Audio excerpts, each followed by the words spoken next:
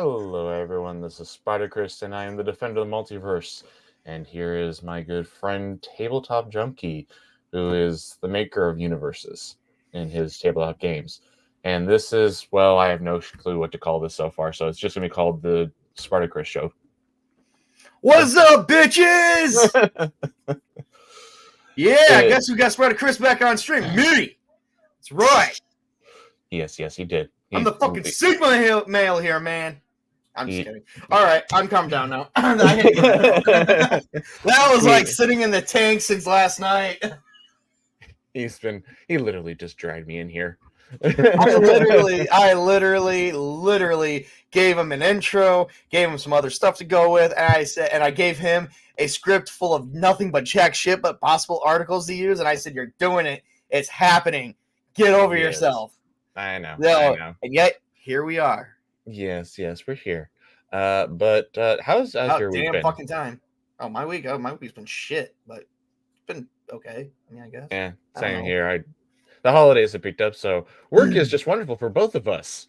Yeah, I kind of hate the holidays now, so I'm wearing a Christmas hat. I have been in retail for about over 15 years, so holidays have never been fun for me, and in my current job, it's even worse. Yeah. Excuse me, people. So here we go, where we just got a lot of fun stuff to talk about.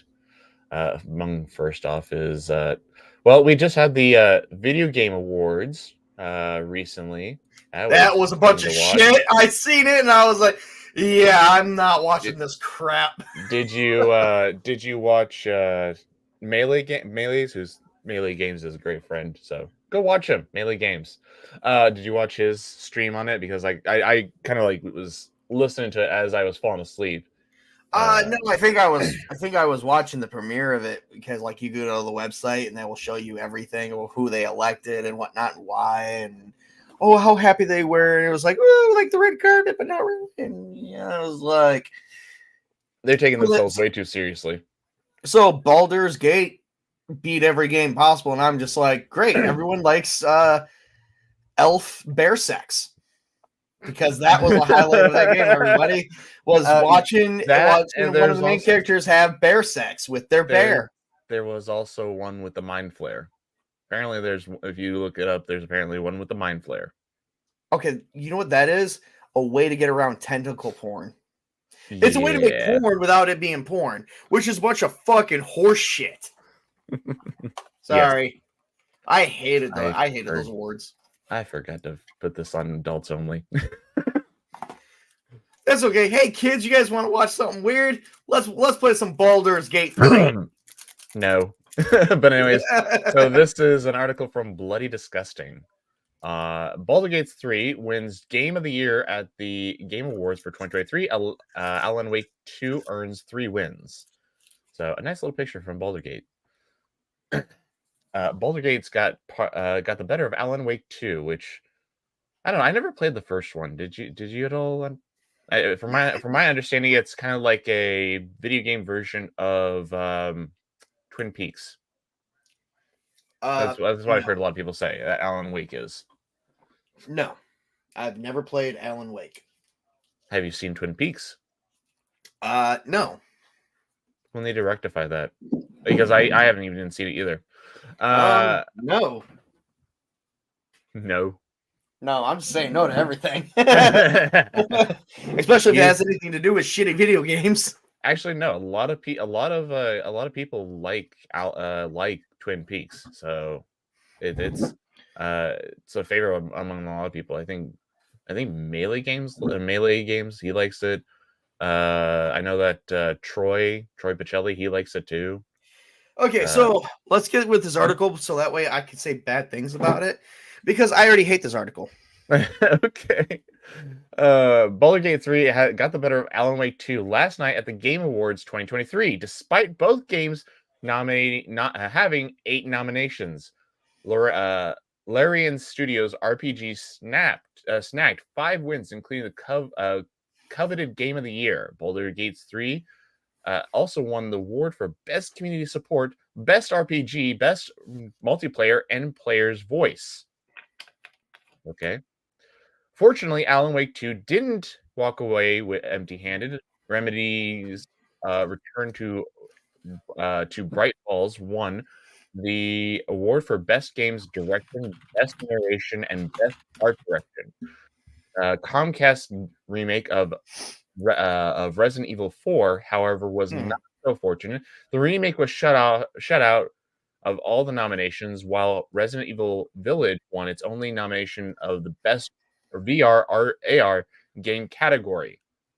Resident Evil 4 was the company. Resident Evil 4 had the company of the Goose Egg category as Dead Space 2, Dredge, Diablo 4, Mortal Kombat 1, Dead Island 2, and Remnant 2 were all shut out. And here's where I'm going to stop you so I can say for whoever nominated these people, nominated these kinds of games, but then yet shut out the other games, suck a show, dude. Like Dead Island 2, Dead Island period has always been one of the best zombie games ever, and you couldn't even put that in there. You guys hate people, don't you?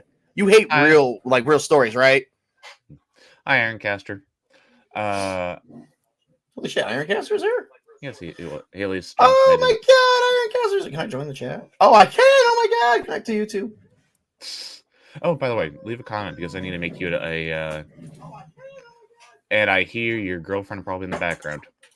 Probably. Leave a comment. I need to make you a mod.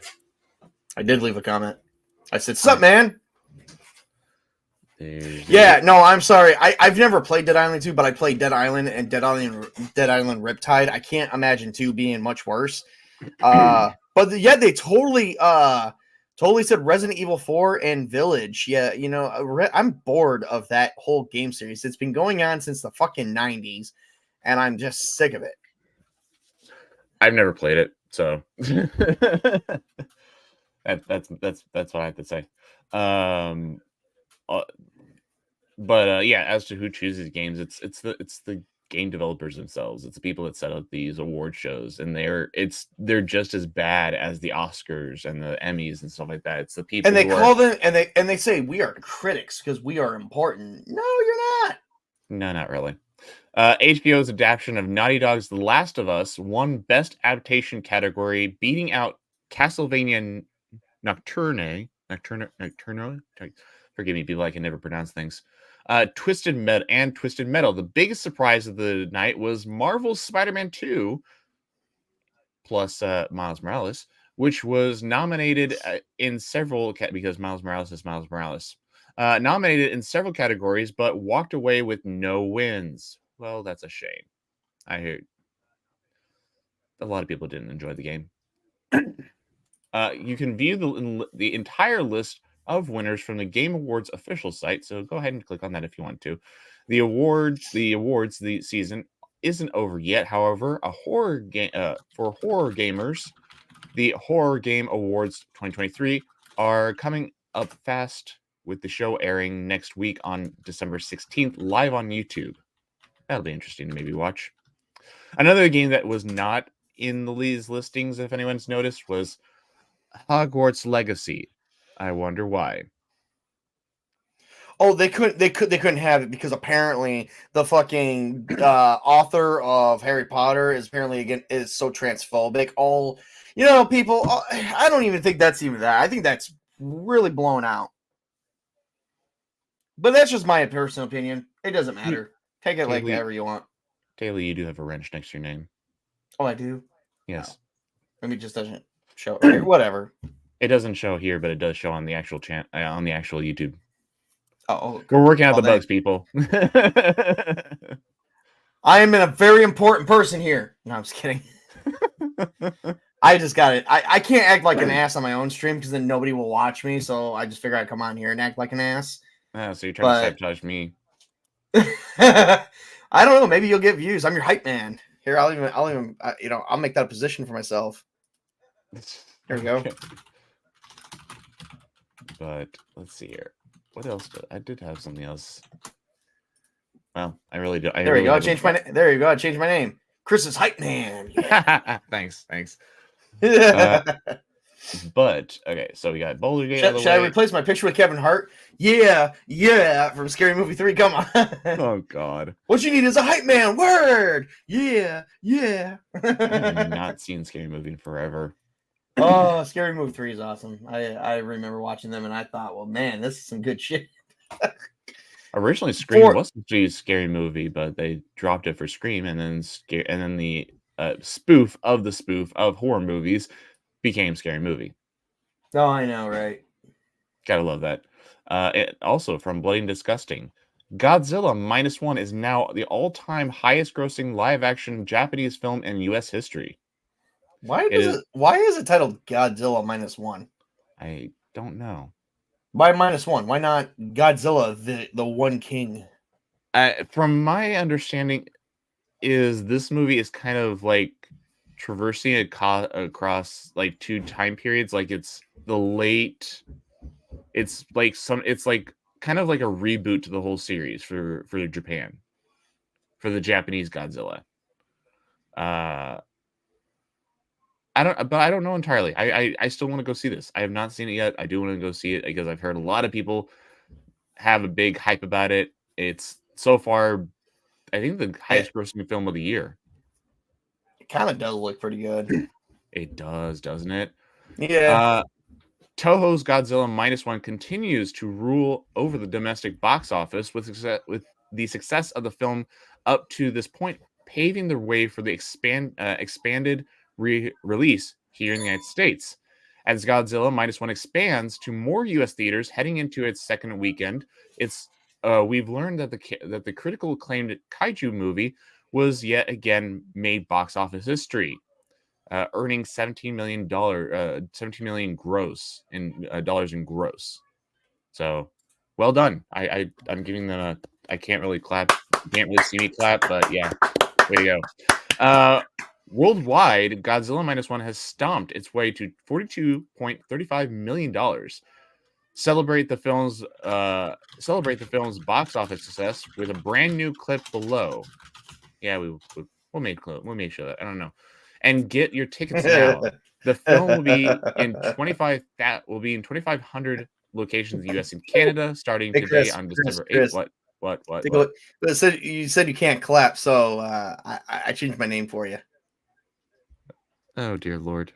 All right, continue reading. Oh, geez. I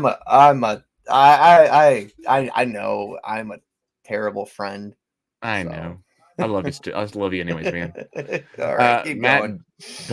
Matt Donato writes in his 4.5-star review for Bloody Disgusting, -1 is a blessing in Toho's kaiju franchise and a towering accomplishment for the entire kaiju subgenre.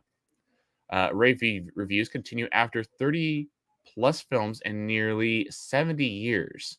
Toho confidently delivers one of their best Godzilla movies to date. Toho's Godzilla -1, writer and directed by Takashi Yamazaki, sees an already devastating post-World War II Japan facing a new threat in the form of Godzilla. So this is a movie that's taking place directly after the events of World War II. The film stars these people who I'm going to allow you all to read on your own if you want to pause and read it real quick, because I cannot pronounce names. Godzilla -1 is PG-13 for a creative violence and action. Here's a nice little clip. You're going to want to watch it. And here's a nice poster. It looks really cool. The poster looks kind of cool. Yes, it does. So what do you think about does this make you at all excited for this movie? Oh yeah. I would probably be more excited if I wasn't so goddamn tired. Yeah. You did get off of a long night at work. I also heard that the director/writer also worked on the special effects himself too. Like creating Godzilla. It actually looks good. It looks better than the recent films we've got. I mean, I've got to at least check it out. The U.S. Monsterverse movies. Well, there was the Shin the King Godzilla. of Monsters, and then there was the King of Monsters, and then the Godzilla versus Kong, which I think this looks better than those. There was also Shin Godzilla that came out a couple years ago too. Oh, I totally forgot about that. I haven't seen that. That one was another Japanese one. Ah, yeah. It was another like attempt to reboot, which was very, from my understanding, it was a really popular movie. But I'm kind of wondering, this seems like it's another reboot to that reboot. It would seem like it, wouldn't it? Yes. But I'm excited. I want to go see this movie. Maybe I will on my next day off, which will be this Friday. Fingers crossed. Another thing in wonderful news today. I just came across this a little while ago.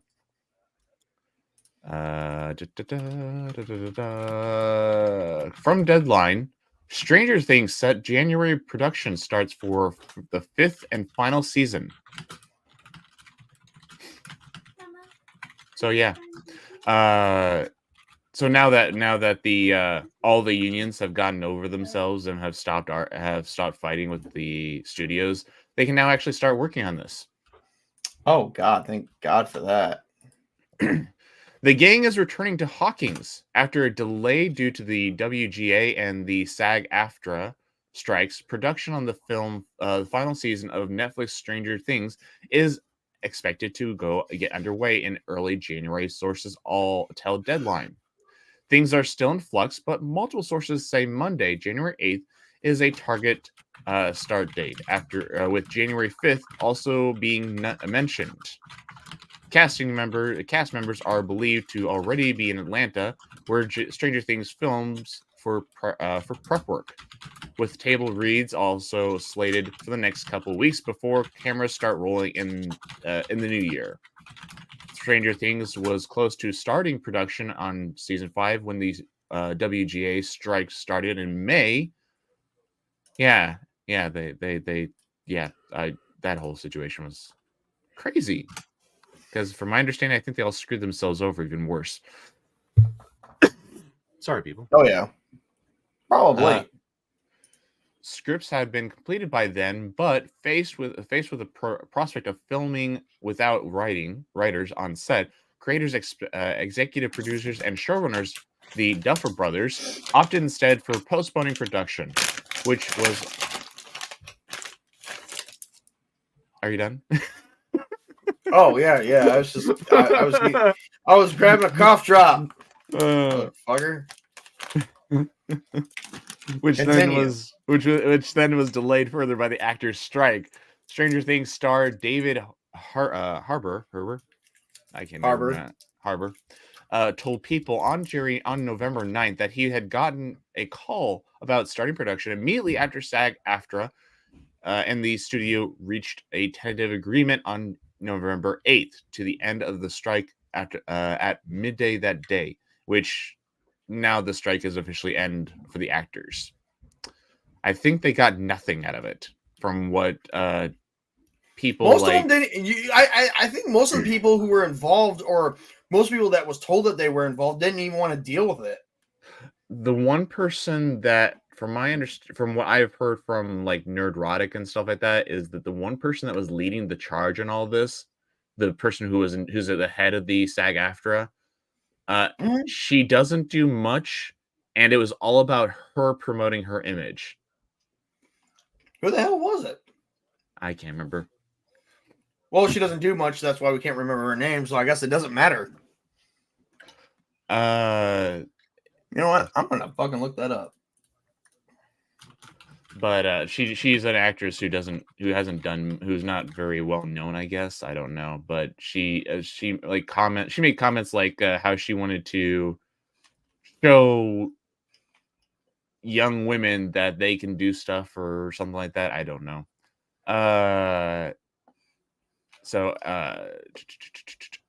David said they literally called me. I think it was 10 minutes after the SAG thing on Twitter.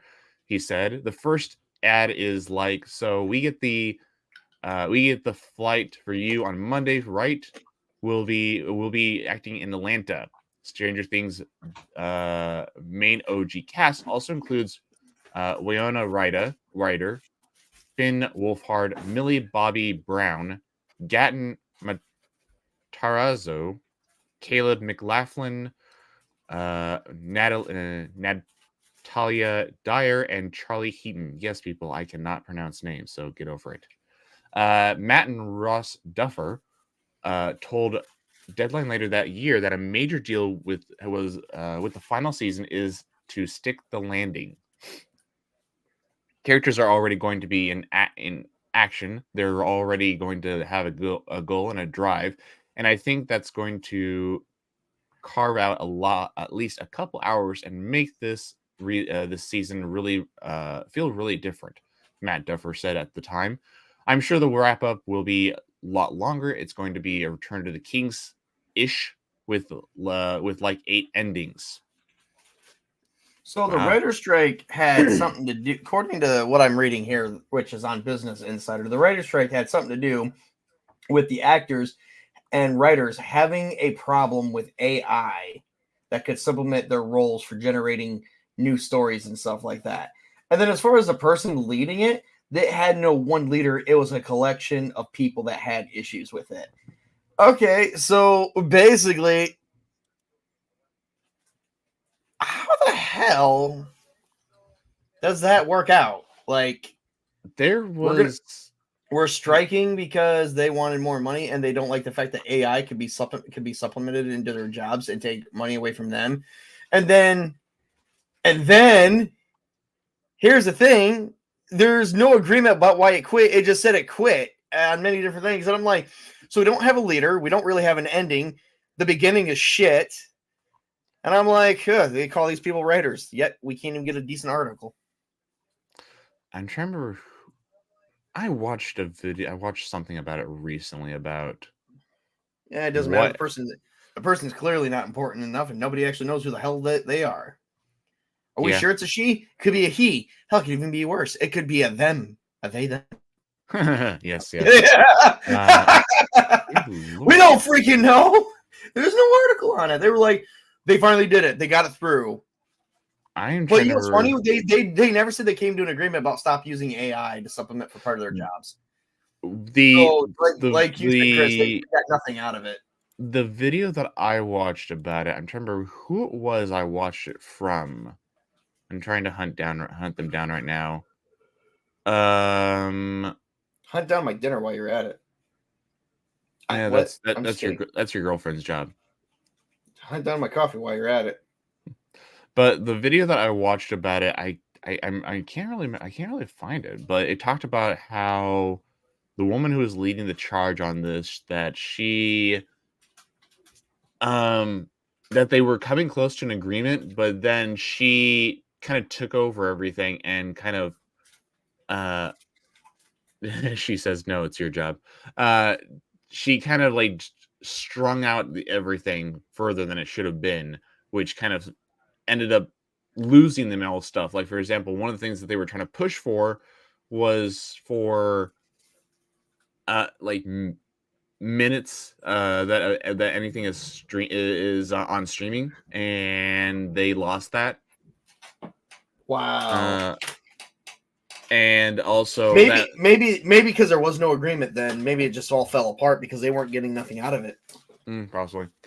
Well, they were from what I've heard is that they were close to getting a similar agreement that the WGA had, and the studios were about ready to go with that, but then she stepped in and she kind of took over the whole thing, and she is actually kind of bitter towards some actors like George Clooney because they're the ones that were pushing for her to finalize a deal. Wow, really? Yeah, because they were forcing union members the richer union members to pay more dues so that they could distribute that money to the smaller union members. The guild members, I should say, not union, but guild. And so they didn't like losing money, so they pushed for her to make a deal. And among these things that they made a deal with is that The studios cannot use AI in movies of the actors, but it doesn't stop them from from putting contracts out there to sign away their likeness so that they can train AI to use their likeness. So that next time that a contract comes up, the studios have their likeness and trained them to operate like the actual actors themselves, actors and actresses themselves. Who wants to watch artificial intelligence act? Not me. Neither do I. Hello, baby. Please take off your clothes. Yes, I'm going to insert it now. How does that feel? Oh, yes. Oh, yes. Harder. Oh, yeah, God. okay. And can you guys imagine? Can anyone imagine AI playing the Terminator? I'll be back. And then he just runs in that. Yeah, this is going to be the worst fucking thing ever if we let artificial intelligence take over. Yeah. But I think there was also something about how they're now kind of use AI to insert background characters, which I can't remember where exactly, someone on Twitter pointed that out, or on Twitter X, someone pointed that out in one movie that was recently released, and you could tell that these were not normal human beings because they looked so dead. Oh, God. But anyways, back to this. Stranger Things. Here we are. In a September review with the Total Film magazine, executive producer director Sean Levy teased a big spectacle. It's a major cinematic storytelling that happens to be called a TV series. He said, "Stranger Things 5 is as big as any movie as of the biggest movies that we see." So, you excited for Stranger Things 5? For return of you're not? No, why not? No. I was kind of dead after 4. I think they also got I think if I remember, maybe it just got kind of dry. I don't know. Well, I mean, we did have like how many months of like nothing new being made because of the strikes. Good point. Good freaking point. But if I remember correctly, also I think I've read someplace that they are wanting to expand this into like a universe kind of concept where they have spin-off shows and stuff like that. Well, here we go. They're going to follow The Walking Dead people who have more spin-off shows than we do freaking actual TV shows. Yeah. Let's recap. The Walking Dead. Fear the Walking Dead. The Walking Dead World Beyond. The Walking Dead City of the Dead. Walking Dead, the Daryl Dixon story. You know what we're missing now? The return of Rick Grimes. Yeah. That made this room go quiet. Aren't they planning a movie too to kind of like wrap everything up?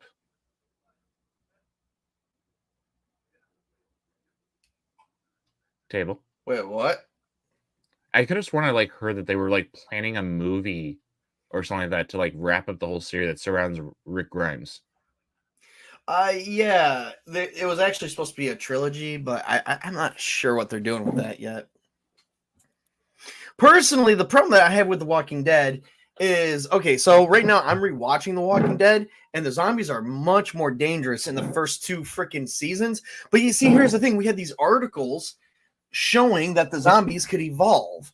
And look, they're climbing. They're doing more complex things. It's like, they've never done this before in all the seasons. And yeah, I'm rewatching it, and I'm like, they're doing this right here. They're doing this right here.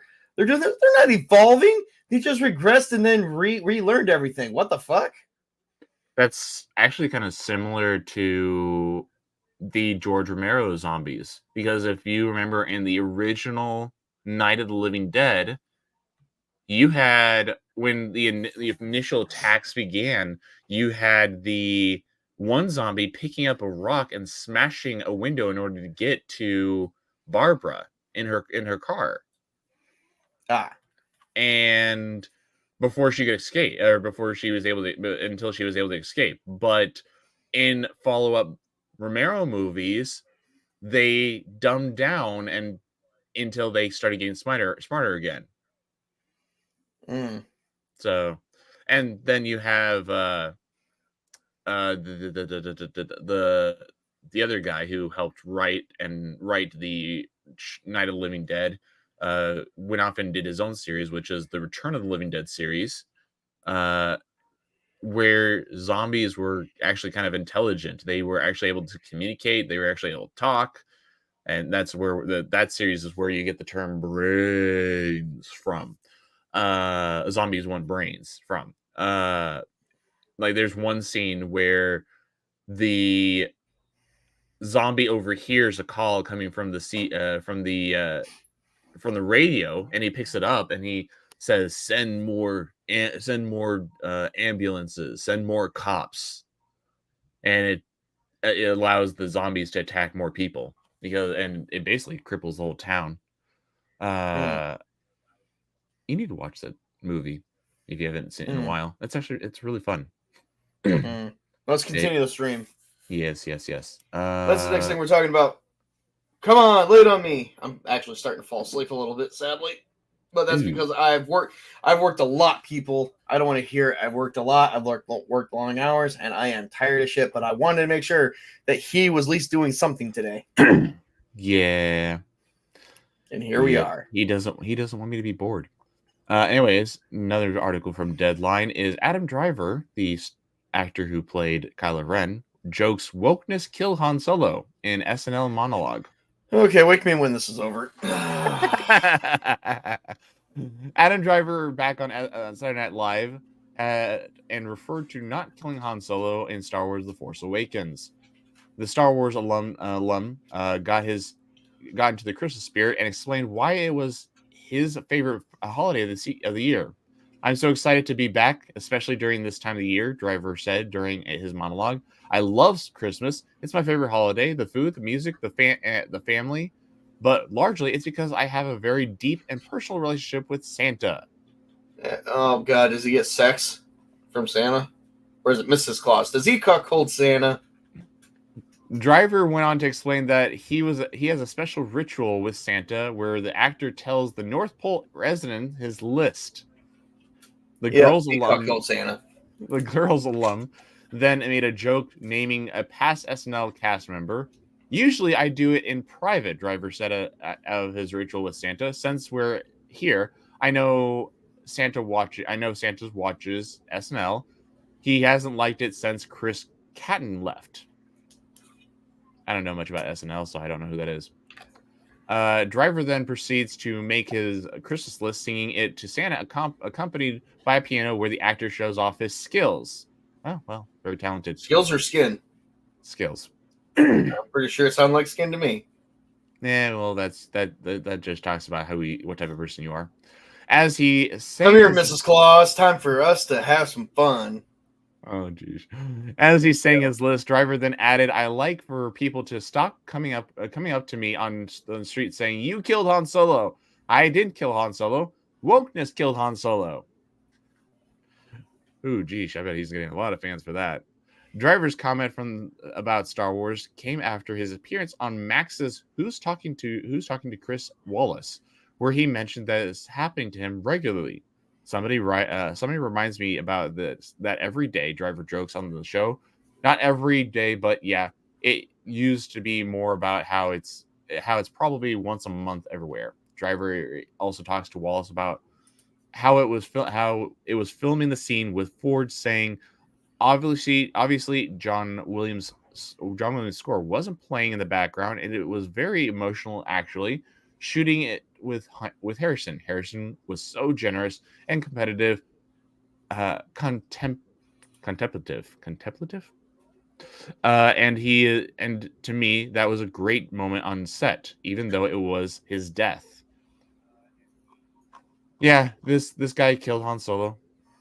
I mean, he was written and directed to do it, but it's still that's Star Wars. Disney decided to do one of the things that we fans as Star Wars never wanted done, which was to kill Han Solo because we wanted the freaking Trinity to come back together.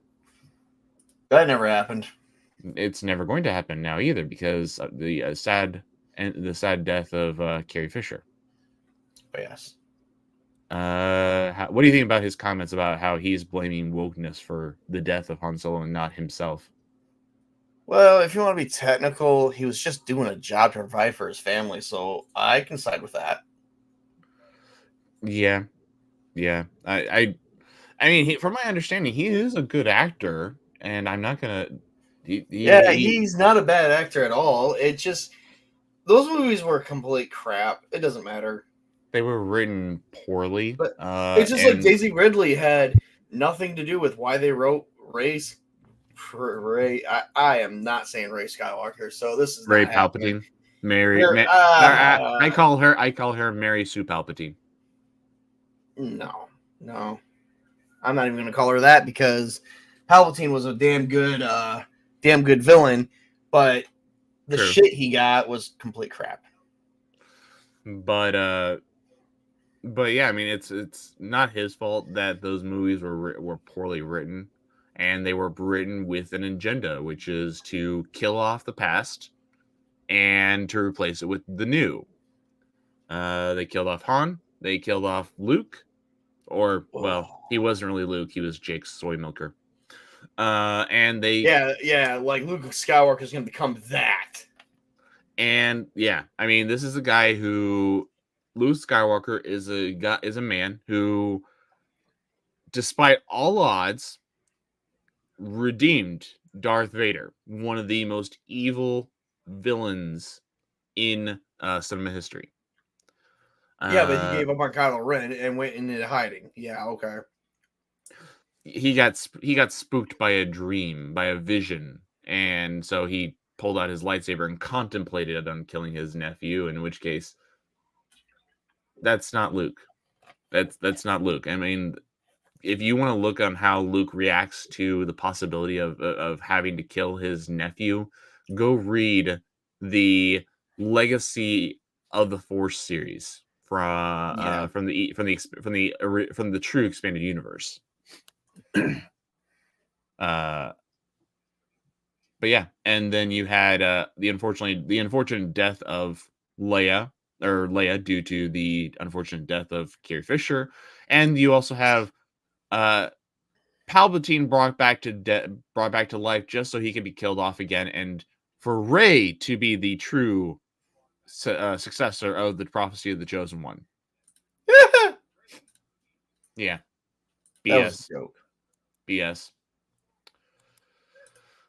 Now, earlier you made the comment about Doctor Who, about the earlier. I think it was before the show started. You made the comment about how and I totally regret it. about the Doctor Who, about how what they're doing with it right now. In which case, We don't they really have to talk about it. there's a nice little comment from someone I want to show you. Oh God, we're gonna talk about it. Yes, we are. Okay, here we go. Hey, you're the person that pushed me into this, so I'm gonna drag you into this with me. Yep, this is gonna be a long stream in the mud. Here we go. Yeah. It probably won't be on for much longer, maybe about another 20 minutes or so. But Yeah, anyways, because I'm actually falling asleep. I gotta go to bed. yeah. But anyways, the Doctor has been David Tennant has returned as the Doctor after a questionable 3 years with Jodie Whittaker, and that was terrible, and I watched that the was first season. that was terrible and highly like I could have walked on nails and had a lot more fun than watch that. Yeah, I've only watched the first. I'm pretty sure Jodie Whittaker is a good actress, but that was no. From what I've heard, she is a good drama actress, much like whatever his face is, the guy who was the showrunner for those 3 years, is a good drama producer and writer, but neither of them are good at what Doctor Who is, which is it is a science fiction fantasy adventure, and neither of them worked good for that. You think? Yeah, and so the BBC, in league with Disney, because now Disney's got their fingers in Doctor Who, brought back David Tennant and Russell T Davies, who is the man that restarted Well, yeah, after that whole mess with Jodie Whittaker, they definitely had to do something.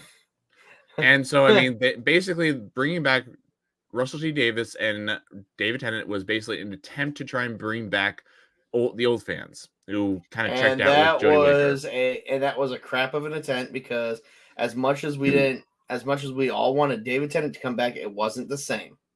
Because technically every new No. face he gets, even if it's an old face, is still a new Doctor.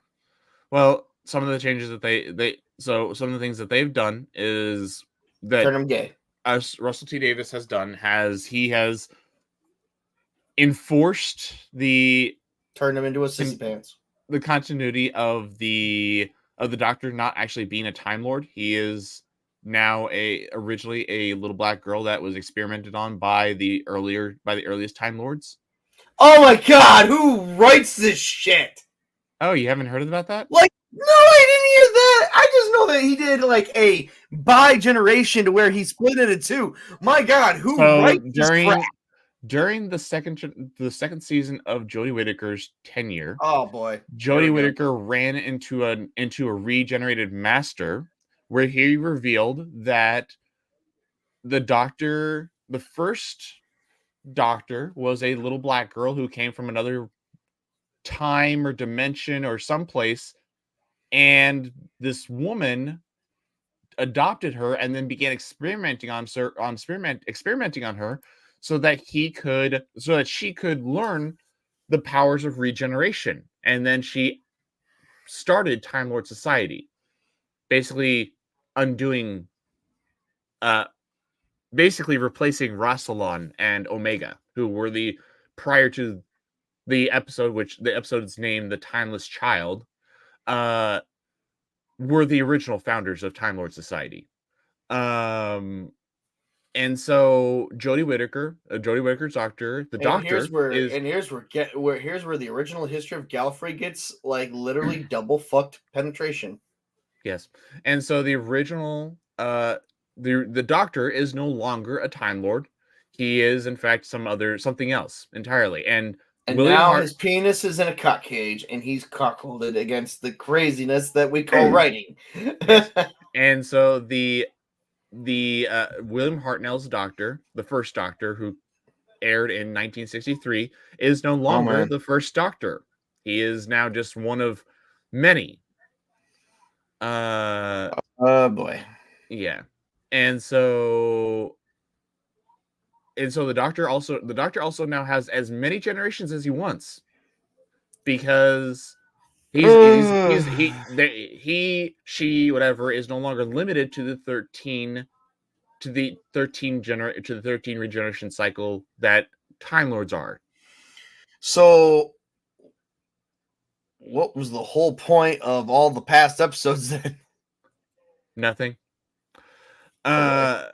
Such as the Christmas special, the day not the Day of the Doctor? No, not the Day of the Doctor. Well, this is I've learned a valuable lesson. Don't do drugs, kids, because they really make you write the craziest of things. This is what happens when you drop acid. Yeah. And so with the announcement of Russell T Davies coming back to the show, people were hoping that Russell T Davies would retcon this, or at least shove it into the corner, but no, he enforced it. Also, we have a term for that. It's called sellout. Yes. Also, Russell T Davies has undone the Dr. Donna. Yeah.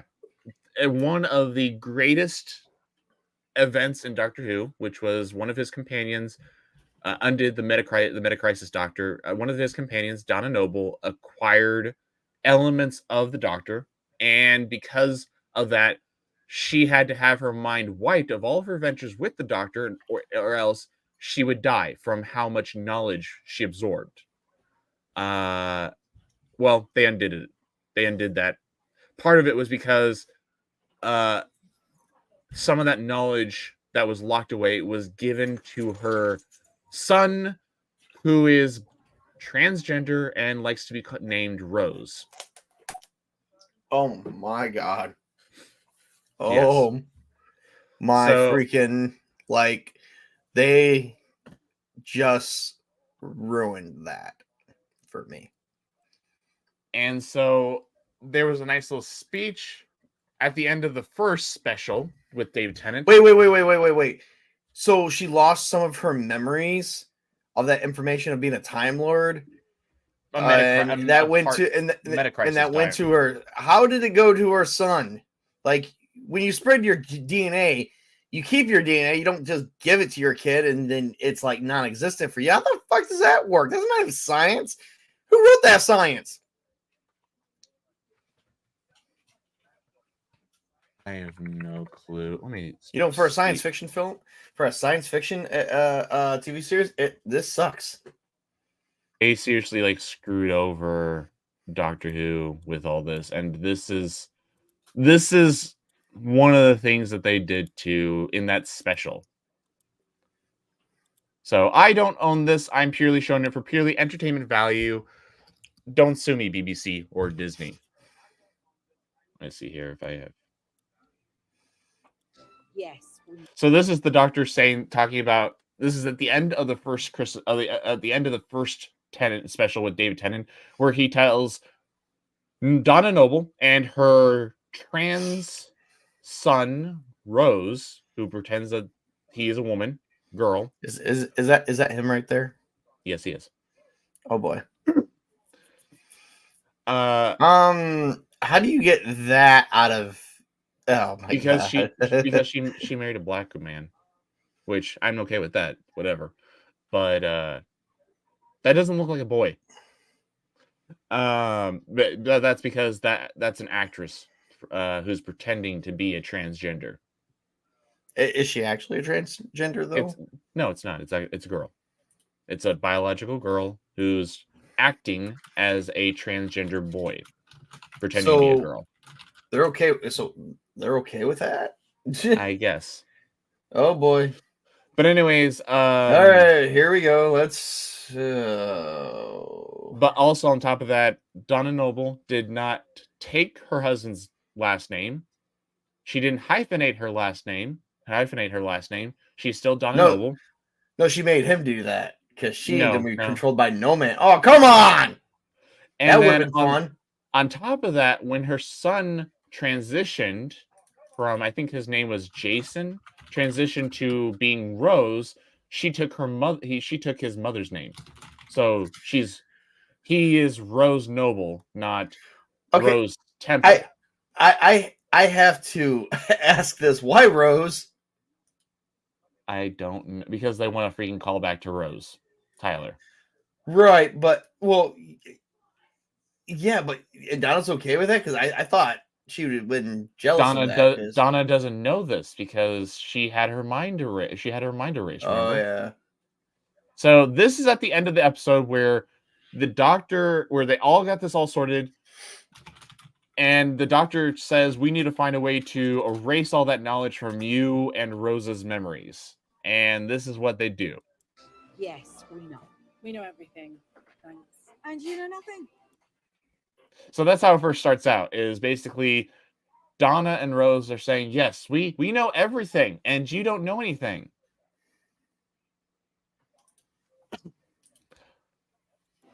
It's a shame you're not a woman anymore. We've got all that power. It's a shame you're not a woman anymore, because she would understand.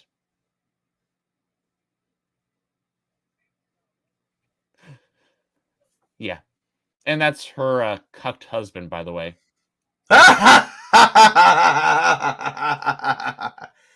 Oh, on top of all that, at the end of David Tennant's tenure as the Doctor, he gifted a lottery ticket to the Noble family on Donna Noble's wedding day. Which in that episode, they said that she was going to hyphenate her name. She was going to be called Donna Temple Noble, because Donna Noble Temple sounded like a freaking like it's a church or something like that. So that she was going to hyphenate her name to be Donna Temple Noble. But anyways, the Doctor gave the Noble family a lottery ticket that made them basically rich and not have to worry about anything for the rest of their lives. Well, in this episode, they revealed that she gave away that lottery money to charity. What the fuck? And so they're dirt poor. Oh my god. Yeah. All right. I'm done with these people. Where's Wilfred at? Oh, he shows up later. He shows up in the last special. I know. And you got the cucked husband who's like sitting over here like, yeah, that's my wife. Yeah, that's my wife. I do that. No, she does you, buddy. You bend over and she takes that strap on and she does you. Yeah. But anyways, continuing. And I bet you the mother helps. Yeah. But you're missing the one little comment by the son pretending to be daughter. Something a male presenting Time Lord will never understand. What the A male presenting Time Lord just wouldn't understand what a woman Time Lord would know. What? Yes. But they can switch genders. That makes no goddamn sense. Yep. Just let it go. And we choose. Just let it go. Just let go of the knowledge. Let go of the power. Just let it all go. Well, I'm sorry, but the doctor doesn't know how to let go. And I'm not letting go of any of that knowledge. Fuck that. I'm the doctor, bitch. On top of all that, they're talking to the doctor. How much has the doctor sacrificed, let go, and given up? Tons. Yes, he's let go of family. He's let go of friends. He's sacrificed Gallifrey I was about to say, he didn't sacrifice friends and family. He killed most of them, and he wiped out all of Gallifrey. Yes, it wasn't an easy decision, but he did it just to get the fighting to stop. That was it. Well, he thought he wiped out Gallifrey. He just put it in a pocket universe until he could free them, but that's beside the point. No, that wasn't another special where they actually did that instead. They knew damn well what they were doing. Oh, I know. But I'm just going off of the everything. But originally, he burned everyone alive. Yes, he did. He had to erase Donna's memories in order to protect her, and then let her go back. And he was basically alone again. He had to give up River Song. He had to give up Amy and Rory Pond. That was another cooked husband. Yes, it was. But I mean, Rory was Mr. Pond. No, I'm not Mr. Pond. This is how it works. This is not how it works. Yeah, it is. Yeah, it is. And he tries to play it off, and I'm like, what the fuck? But I mean, hey, if your wife was Karen Gillian. Hey. Yeah, I'd still do that too. Just that way I can say I slept with a ginger. He had to give up his granddaughter to let her become her own person. He had to, I mean, we're talking about the doctor here. And this just shows that none of these people care about the lore in Doctor Who or the history of the character. All right, play the rest of this. Call it good. So this is them giving up the power of the Time Lord because the Doctor doesn't know how to give up or anything. So yeah. There's that.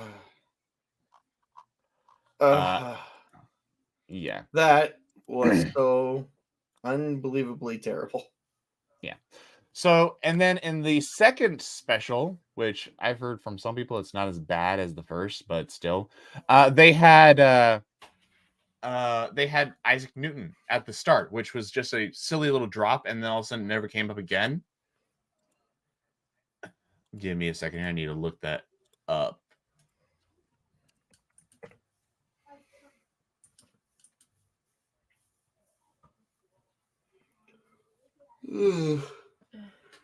They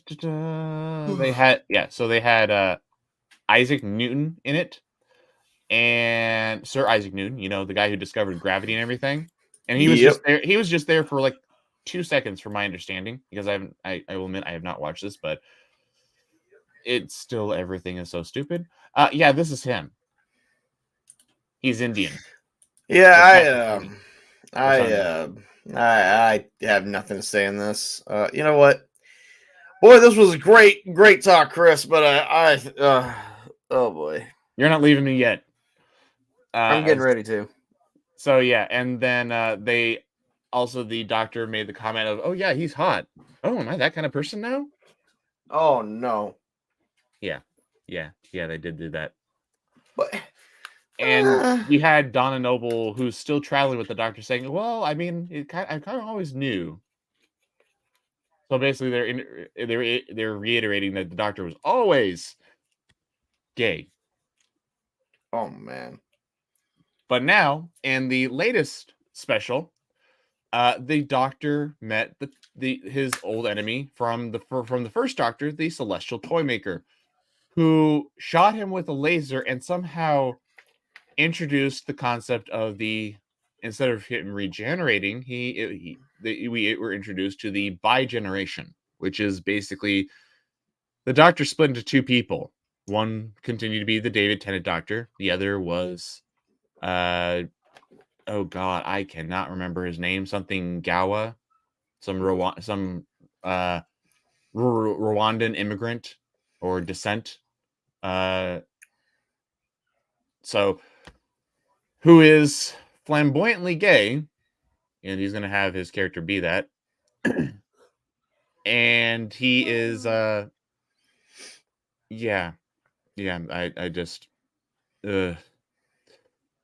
so in a comment released by Russell T. Davis. This is brought by Master of the DDS. Great guy. Go follow him. So the birth of the Doctorverse and the death of the show. Every time the Doctor regenerated in a separate timeline, he survived. Every sacrifice means nothing. So he's referring to this, which came from Russell T. Davis. Diving into the said commentary, we hear Davis explain that when David Tennant and Shudigawa, that's the new Doctor, split into two, a whole timeline bi-generated. The writer then suggests that each previous regeneration was impacted by the bi-generation, with every old Doctor now surviving his demise in a split timeline.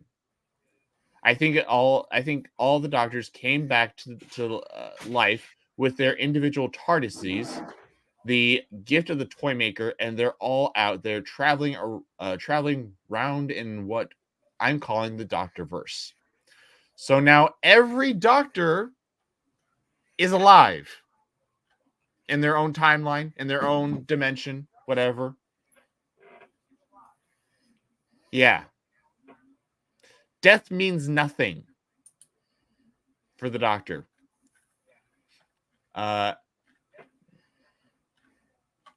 They can now recycle whatever Time Lord they want. They can now do whatever they want. The foundation of the Doctor Who universe is no better than a soup going through a strainer. It means nothing. It mean, yeah. I want a Michael Myers. Doctor Who. There we go. Wait a tick. That means I can't die. Oh, behave. No, I was kidding. But yeah, so I mean that. Give me Austin Powers Doctor Who. That happened, and Doctor Who used to be such a good show. It used to be it used to be the oldest running sci-fi show out there. 60 years until, or no, less than that. Something like 57 years until what's his face? Chuck Wendig or whatever his face is, whoever took over after Stephen Moffat left. Oh, I don't remember. Anyway, my name is Tabletop Junkie, everybody. How we all doing? Chris, I hate to cut. I drug you through this, but I have to actually call it a quits because I am not hanging in here very well. Yeah, I have to head off to bed plus because I got to be up in a couple hours. Yeah, we've been here for about an hour. I think I'm going to call it a night too. And Yep. that was unfortunate. For a quick side thing, how do you feel about the Doctor Who just being shredded like this? Oh God, I'm gonna go cry myself to sleep. I And the I sad thing is, you sympathize. think I'm joking. I'm actually not. That was kind I of sad. I very much sympathize with that. I do have another thing that I was going to show, but hey, we'll save that for another time. It's just about I was gonna that say, save that for it's next Sunday. it's We'll do Sunday streams if we can. okay. Yeah, it's just that video by that comic store owner who Okay. called out all the BS. No, Uh, give you another like 6 or 7 days, and we'll come up with some more stuff. And that way, I actually can work more on some more stuff for you. So that way, we actually have more stuff to show off. We do have an ending, everybody, but I wasn't able to throw much into it because Chris didn't have much of anything. So I threw some stuff yeah. into it real quick. But hopefully, this will start giving us some more material. And Yeah. hell, I might even start doing it. Got to advertise my previous videos. Yeah. But yes, so Table, why don't you tell everyone what you have planned? Oh God, I got a lot of things planned. My name is Tabletop Junkie. I'm the king of games. I'm the king of the nerds. I'm the king. Hail to the king, baby. Long live the king. Okay, anyway, I got a lot of stuff planned coming up. Right now, I'm actually just forced Chris into streaming because I was tired of doing it. I am going back to streaming. Okay. I am going back to streaming, but I think it was time for somebody else. I think it was time for me to finally be a guest star on somebody else's stuff. So here I am, everybody. And so I've got so starting next year, we're going to have Castles and Crusades Chapter 5. I'm not going to tell you the name of it yet, but I'm going to start getting stuff done for that. I've got Call of Cthulhu Horror on the Orient Express, which I was just going through stuff with that earlier today. And then we got Horror Anthology, The Massacre of Camp Crystal Lake, which we're getting some cast members today to see if they survive the competitive gameplay against Jason Voorhees, the masked machete-wielding killer himself. And then I plan on doing a Horror Anthology Zombie Apocalypse podcast, or as we would like to say, actual play, to where the cast members are going to be using the cinematic Unisystem game system of All Flesh Must Be Eaten.